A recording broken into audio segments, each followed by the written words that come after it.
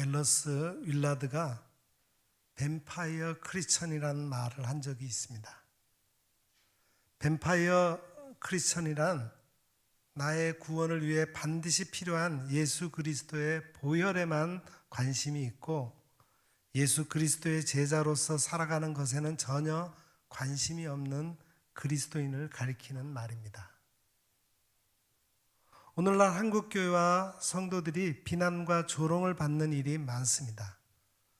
소위 성도라 불리는 그리스도인들이 하나님의 사랑과 섬김을 실천하여 이웃 사람들에게 감동을 주지 못하고 오히려 이웃들과 경쟁하며 자신의 이익을 챙기기에만 급급하기 때문에 그런 것이 아닐까 생각됩니다.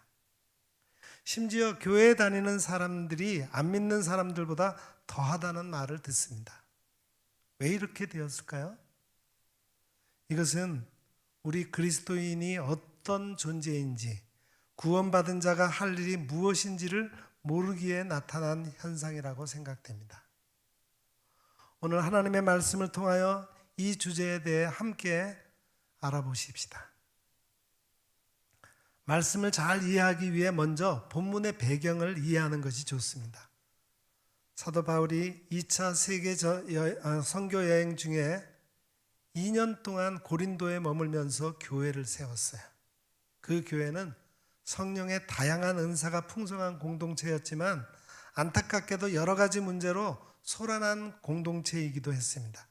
특히 교회를 설립한 바울의 사도직과 그의 선교 사역에 대한 비난과 조롱이 극심했습니다. 그렇게 된 이유는 바울이 고린도 교회를 떠난 이후에 다른 지역에서 선교 활동을 하던 순회 전도자들이 그 교회에 왔기 때문입니다. 그들은 바울의 사도직과 그의 복음 사역에 대해 부정적이었어요. 그들은 바울이 베드로와 요한처럼 사도의 온전한 자격을 갖추지 못한 자라고 말하면서 바울보다 자신들이 훨씬 더 뛰어난 사역자라고 주장했습니다.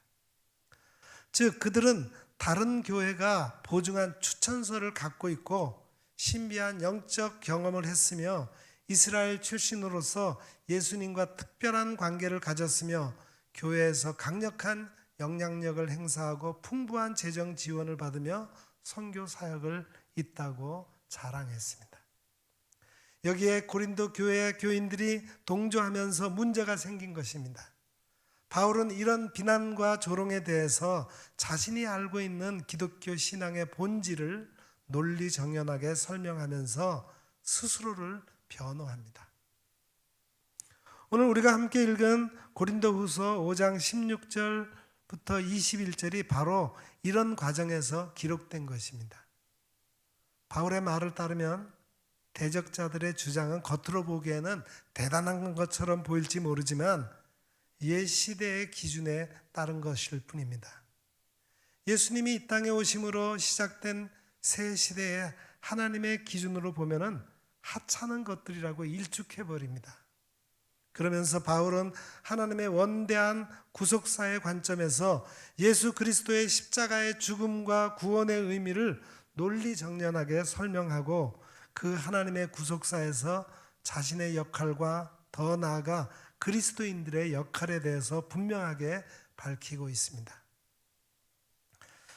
예수님께서 말씀하신 비유 가운데 포도나무와 가지의 비유가 요한복음 15장에 나오죠. 나는 포도나무요 너희는 가지라. 아주 간단한 비유입니다. 내용은 간단하지만 이 비유가 갖고 있는 의미는 참으로 깊고 풍부하다고 할 수 있습니다. 포도나무에 붙어있는 가지는 포도나무를 통해서 물과 영양분을 받아 잘 자라게 됩니다. 햇빛도 받아서 아름답고 탐스러운 포도 열매를 많이 맺게 됩니다. 포도원의 농부가 되시는 하나님의 보살핌을 받아서 살아있는 가지가 됩니다. 반대로 포도나무에 붙어있지 않은 가지는 살 수가 없습니다. 포도나무를 통하여 물이나 영양분을 공급받을 수 없고 열매를 맺을 수 없고 결국 포도원 농부가 모아서 불에 태워버립니다. 아무런 쓸모가 없기 때문이죠. 이것은 우리가 쉽게 이해할 수 있는 당연한 이야기입니다. 그런데 이것이 포도나무 가지에 관한 이야기가 아니라 인간에 관한 이야기라고 한다면 정말 심각한 이야기가 아닐 수 없습니다. 예수님은 이 비유를 포도나무에 관한 이야기가 아니라 인간에 대한 비유로 말씀하셨습니다. 말하자면 사람을 구분할 때 포도나무에 붙어 있는 사람과 붙어 있지 않는 사람으로 나눌 수 있다는 말입니다. 포도나무에 붙어 있는 사람과 붙어 있지 않은 사람은 이처럼 엄청난 차이가 있다는 겁니다. 여기에서 포도나무는 예수님입니다. 예수님에 의해 사람들은 예수님에게 붙어 있는 사람과 예수님에게 붙어 있지 않는 사람 둘로 나누어집니다. 이 둘은 언뜻 보기에는 아무런 차이도 없는 것 같지만 그러나 그 내면으로 들어가 보면 엄청난 차이가 있습니다. 포도나무와 가지의 비유는 인간의 삶과 운명에 있어서 예수님이 얼마나 중요한 존재인가를 잘 보여주고 있습니다. 오늘 본문에서 사도 바울은 이처럼 중요한 예수님의 모습을 잘 말씀하고 있어요. 그런즉 누구든지 그리스도 안에 있으면 새로운 피조물이라 이전 것은 지나갔으니 보라 새 것이 되었도다. 그리스도 안에 있으면 새로운 피조물입니다. 반대로 그리스도 밖에 있으면 새로운 피조물이 아니에요. 그리스도 안에 있으면 이전 것은 지나갔지만 그리스도 밖에 있으면 이전 것이 그대로 있습니다. 그리스도 안에 있으면 새 것이 되었지만 그리스도 밖에 있으면 여전히 헛 것입니다. 그리스도 안에 있는 것과 밖에 있는 것에는 이처럼 엄청난 차이가 있습니다. 다시 말씀드리면 예수 그리스도를 믿는 것과 믿지 않는 것에는 이처럼 엄청난 차이가 있다는 말입니다. 그러기에 사람들에게 있어서 가장 중요한 사건은 그리스도 안에 있는 것, 포도나무이신 예수님께 붙어 있는 것입니다. 예수를 믿는 것보다 더 중요한 일도 없고 더 좋은 일도 없고 더 잘한 일도 없습니다. 제2차 세계대전 당시 인류는 세 가지 중요한 발명을 했는데 원자탄과 레이더와 페니실린이었습니다. 원자탄과 레이더는 전쟁 무기였지만 페니실린은 전장에서 죽어가는 환자들을 살리는 치료약이었습니다. 페니실린을 발견한 이는 플레밍인데 이것을 대량 생산해서 2차 세계대전 당시에 수백만 명을 살릴 수 있었던 것은 플로리와 체인 때문이었습니다. 1945년 이들 세 사람은 공동으로 노벨상을 수상하게 됩니다. 이 플레밍을 찾아 신문 기자들이 과학자로서 지금까지 발견한 것 중에 가장 위대한 발견이 무엇인가를 물었습니다. 당연히 페니실린이라고 대답할 줄 알았습니다. 그러나 플레밍은 내가 발견한 것 가운데 가장 위대한 것은 내가 죄인이라는 것을 안 것이고 이 죄를 예수님의 십자가 보혈로 용서받아 구원을 주셨다는 것을 발견한 것입니다. 라고 대답했어요. 여러분, 플레밍의 표현대로 우리들의 인생에서 가장 중요한 발견은 내가 죄인이라는 것이고 그 죄에서 구원해 주신 예수님이시라는 거예요. 예수님을 알고 예수님을 통해 구원받는다는 진리를 아는 것보다 더 중요한 발견은 없습니다. 예수님이 최고로 중요한 분입니다. 그렇다면 예수님이 왜 우리의 삶에 이처럼 중요한 분이고 소중한 분이겠습니까? 사도 바울은 오늘 본문에서 단정적으로 그분이 우리를 대신하여 죽으셨기 때문이라고 말씀합니다. 21절 말씀을 보면은 하나님이 죄를 알지도 못하신 이를 우리를 대신하여 죄로 삼으신 것은 우리로 하여금 그 안에서 하나님의 의가 되게 하려 하심이라 라고 했습니다. 예수님은 죄가 없으신 분이십니다. 그런데 가장 무서운 죄를 처벌하는 십자가 형틀에 달려 죽으셨습니다. 아무런 죄가 없으신 분이신데 가장 무서운 죄의 값을 치르셨다는 말입니다. 왜 그랬을까요? 실수였을까요? 아니면 우연의 일치였을까요? 성경은 실수나 우연이 아니라 인간의 죄를 그분이 대신했다고 말씀합니다. 우리 인간은 우리 각자의 죄로 십자가형을 받을 수밖에 없었는데 우리 대신에 예수님께서 자신의 몸을 십자가에 달려 죽으셨다는 것입니다. 그 예수님이 죄를 대신 당하셨기에 우리는 의롭게 된 것입니다. 이제는 우리가 십자가형을 지지 않아도 되었고 죄의 싹을 치르지 않아도 되었습니다. 예수님 대신에 형을 받지 않고 풀려난 사람이 바라바라고 하는 강도였습니다. 이 사람은 지은 죄가 너무나 많고 중에서 마땅히 십자가형을 받아 죽어야 할 사람이었습니다. 그런데 예수님 때문에 유월절 특사로 풀려나 십자가에서 죽지 않는 최대의 행운을 누리게 됩니다. 유대인들의 고소로 예수님이 로마 총독 빌라도 앞에 끌려옵니다. 예수님을 신문하던 빌라도는 예수에게 죄가 없는데 유대인들이 시기로 끌고 왔다는 것을 알게 됩니다. 그래서 풀어주려고 하는데 유대인들의 반발이 만만치가 않았습니다. 나는 그에게서 죄를 발견할 수 없으니 풀어주겠다고 해도 듣는 척도 안 합니다. 반발을 무마하고자 매를 치고 풀어주겠다 해도 반대를 합니다. 유월절 특사로 풀어주겠다고 하자 기를 쓰고 반대를 합니다. 그러면서 예수가 아니라 바라바를 특사로 풀어달라고 요구합니다. 이렇게 해서 풀려난 바라바는 사람들 틈에 섞여서 예수님의 십자가를 쫓아갑니다. 십자가를 지고 가는 예수의 모습을 바라볼 때 그 속에서 이런 마음이 듭니다.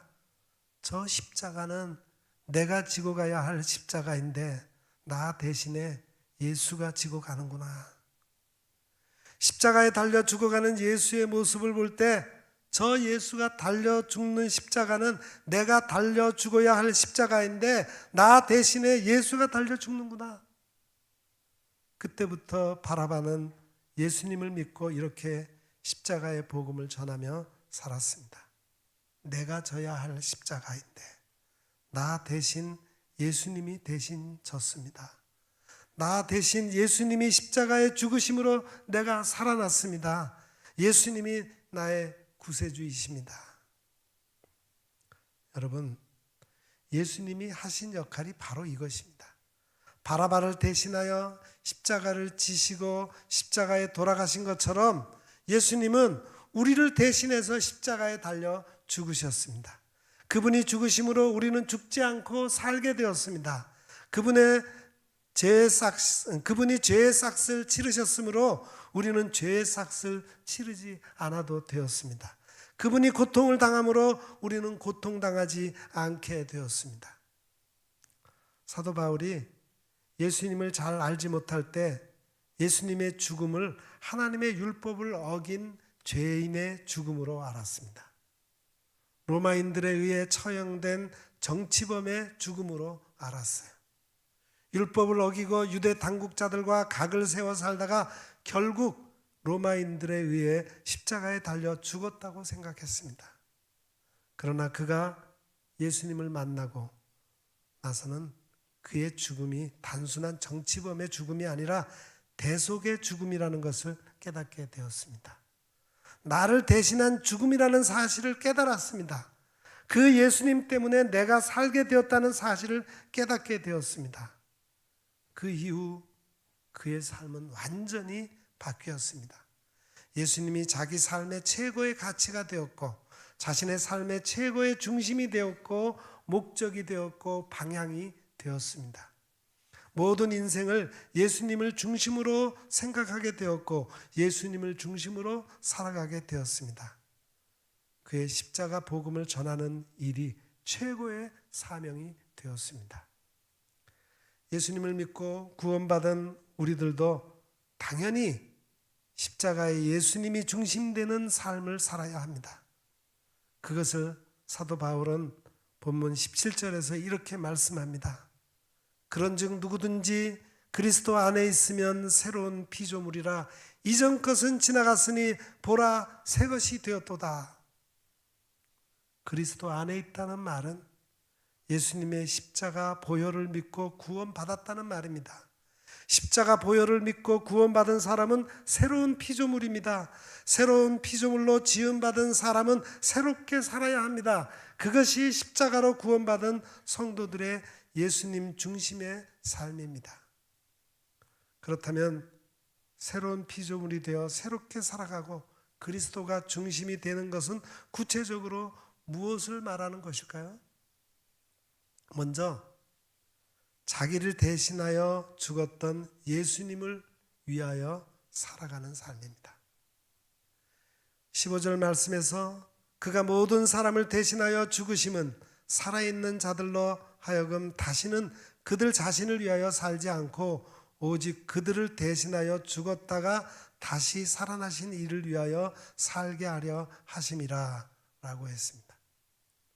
예수님이 우리를 살리셨습니다. 구원하셨습니다. 그렇다면 우리도 당연히 주님을 위하여 살아야 합니다. 주님을 중심으로 살아야 합니다.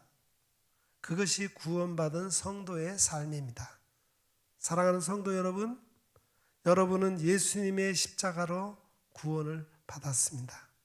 이제 예수님은 여러분의 삶의 중심이 되어야 합니다. 지금까지는 내 중심으로 내가 추구하는 목적을 따라 살아갔다면 이제부터는 예수님이 여러분의 삶의 목적으로 바뀌어야 합니다. 지금까지는 내 가치관으로, 세상의 가치관으로 살아왔다면 이제는 예수님의 말씀을 중심한 새로운 가치관으로 살아야 합니다. 지금까지는 내가 좋아하고 원하고 바랐던 삶으로 살아왔다면 이제는 예수님을 따라가는 삶으로 여러분의 삶의 방향이 바뀌어야 합니다. 이전에 우리가 가졌던 욕망과 자랑거리, 가치관과 세계관, 삶의 목표와 목적 등을 모두 십자가에 못 박아 버리고 이제는 하나님의 관점과 기준에 따라 생각하고 행동하며 살아갈 것입니다. 더 이상 부유함이나 명예나 권력이나 세속적인 능력이 우리의 자랑거리가 될 수 없습니다. 이전에 좋다고 여겼던 것이 이제는 아무런 감흥을 주지 못하는 것이 됩니다. 바로 바울이 그랬습니다. 그는 예수를 믿고 난 뒤에 자신의 탁월한 학문과 뛰어난 집안 배경과 경력을 다 배설물처럼 여긴다고 했습니다. 오직 예수만이 그의 전부였습니다. 예수를 믿으면 이런 가치관과 세계관의 변화가 일어나게 됩니다. 바로 우리를 위해 고난받고 죽임을 당하신 예수 그리스도를 위해서 사는 것입니다. 바울은 이것을 나는 죽고 그리스도가 내 안에 사는 것이라고 표현했습니다. 이렇게 새로운 피조물이 된 우리 앞에 이제 예수님과 함께하는 새로운 시대가 열려 있습니다.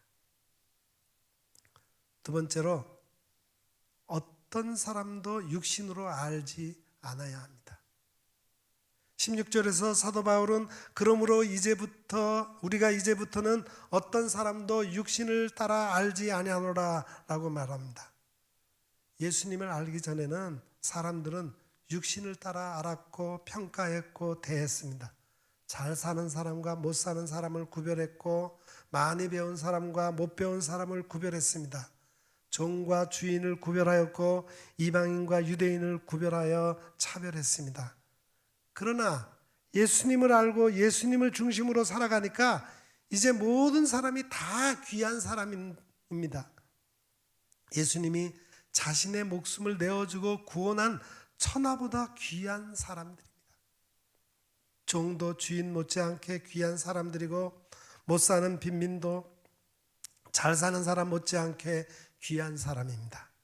이방인들은 유대인의 방을 따뜻하게 해줄 땔감과 같은 존재라고 생각했는데 그들도 주님이 십자가에 달려 죽기까지 사랑했던 사람들이었습니다. 사도 바울은 세상의 모든 사람이 얼마나 귀한 존재인가를 예수님의 십자가를 통해 깨닫게 되었습니다. 하나님이 사랑했던 사람들을 사랑하고 하나님이 귀하게 여겼던 사람들을 귀하게 여겼습니다. 여러분, 세상에 사는 사람들은 살아가는 모습과 형태가 다르더라도 주 안에서 정말 귀한 존재들입니다.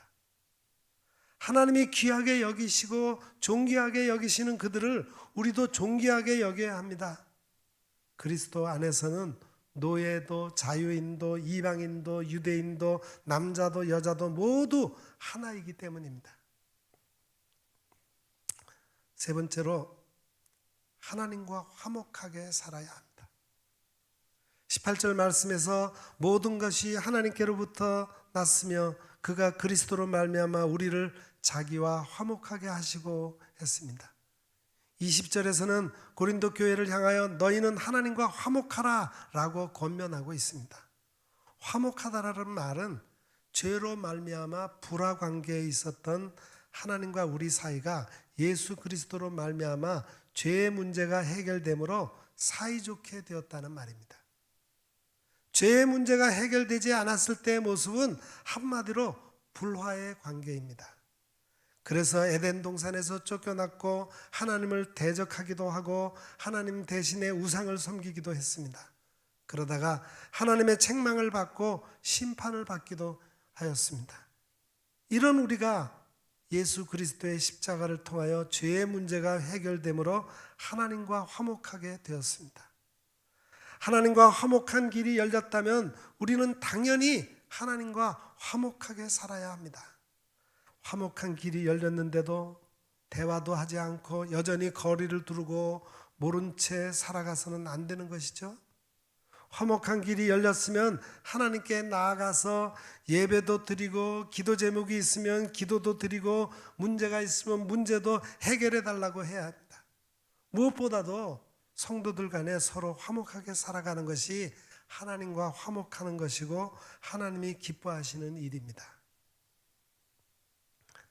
마지막 네 번째는 화목하게 하는 직분을 감당해야 합니다. 19절에서 하나님께서는 우리에게 화목하게 하는 말씀을 부탁하셨느니라 라고 말씀합니다. 18절에서는 우리에게 화목하게 하는 직분을 주셨다라고 말씀합니다. 내가 구원받았으면 구원받은 비결을 알지 못하는 자에게 알려줘야 합니다. 죽어가는 사람이 있는데도 구원의 길을 알려주지 않으면 그것은 살인 방조죄입니다. 구원의 길을 알았으면 그 길을 전해야 합니다. 하나님과 화목하는 길을 알았으면 그 화목의 길을 전해야 합니다. 이제 우리가 예전의 삶의 방식을 따라 사는 것은 새 시대에 합당하지 못합니다. 새로운 삶의 방식에 따라 살아야 합니다. 우리를 사랑하여 독생자를 보내주신 하나님의 그 사랑과 은혜에 감사하며 우리 주님께서 걸어가신 그 길을 모범으로 삼아 따라가는 것입니다. 다르게 말하면 이제부터 예수 그리스도를 통하여 나타난 하나님의 사랑과 은혜를 전하며 사는 것입니다. 본문 말씀에서 바울은 이것을 그리스도를 대신하여 사신이 되었다 이렇게 표현합니다. 사신이라는 말은 대사, 엠버서더, 보내진 사람이라는 뜻이죠. 아무도 볼 수 없는 하나님에 대해서 알려주시기 위해 독생자 예수님이 직접 인간이 되셔서 이 땅에 오셨습니다. 그리고 제자들에게 하나님이 어떤 분인지 가르쳐 주시고 자신이 화목제물이 되어 하나님과 우리를 화해시키셨습니다. 이제 바울은 승천하신 그리스도를 대신하여 하나님의 사신이 되어 하나님과 세상을 화해시키기 위해 복음을 전했습니다. 그 일이 자신의 사명이라고 믿었습니다. 하나님께서 예수 그리스도를 통하여 우리를 새로운 피조물로 만드신 이유는 이 은혜의 복음이 우리 안에만 머물러 있도록 하기 위해서가 아닙니다. 그 은혜가 우리에게서 흘러넘쳐 우리 가족, 친구, 이웃, 동료들에게까지 전해지기를 원하십니다. 바울이 바로 그런 일을 한 그리스도인입니다. 우리도 그런 그리스도인이 되어야 합니다. 정리하면 우리 그리스도인은 예수 그리스도를 통하여 우리의 옛 세계와 자아가 죽고 그리스도의 부활과 함께 새롭게 태어난 피조물입니다. 우리를 새로운 피조물이 되게 한 이유는 두 가지입니다. 첫째는 이제부터 하나님의 말씀에 근거한 새로운 인식 기준과 가치 판단을 가지고 이 세상을 살아가는 것입니다. 즉 하나님의 눈으로 세상을 바라보고 판단하며 생활하는 것입니다. 둘째는 우리가 그리스도의 사신이 되어 복음을 전하여 모든 사람이 하나님과 화해할 수 있도록 하며 이 땅에 하나님의 뜻이 이루어지도록 일하는 것입니다. 하나님께서 우리를 구원하신 것은 우리 그리스도인들끼리 하나님의 은혜를 누리며 하나님께서 주시는 복을 받도록 하기 위함이 아닙니다. 가족, 친구, 이웃, 동료 모든 사람이 죄를 용서받아 하나님과 화해하며 그분의 자녀로 살아가도록 하기 위함입니다. 인류뿐만 아니라 이 세상에 살아가는 모든 생명이 하나님께로 돌아와 복된 생명을 누리도록 하기 위하여 우리를 먼저 부르셨습니다. 그런 점에서 우리 그리스도인은 예수 그리스도의 사신입니다. 바울은 이 사실을 알았기에 자신을 향한 비난과 조롱에도 이 귀한 일과 자리를 포기하지 않았습니다. 우리도 바울같이 하나님께서 우리를 부르신 목적에 신실하게 응답하는 그리스도인이 될 수 있기를 바랍니다. 이 일을 할 사람은 먼저 구원받은 저와 여러분들입니다. 우리를 새롭게 하시고 새로운 피조물이 되게 하시고 그리스도 안에 있게 하시는 그리스도 십자가의 사랑을 전하면서 예수님 중심으로 살아가는 저와 여러분이 될 수 있기를 간절히 기원합니다. 기도하겠습니다. 하나님, 이 시간 우리가 예수님의 십자가 보혈로 새로운 피조물이 된 것을 다시 확인시켜 주시니 감사합니다.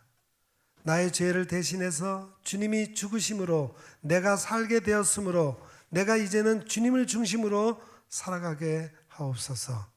세상의 헛된 욕망과 가치관을 버리고 생명 되신 주님만을 위해 살게 하시고 그 주님을 이웃에게 전하여 모든 이들이 하나님과 화해하며 살아가는 세상을 만들어가게 하옵소서.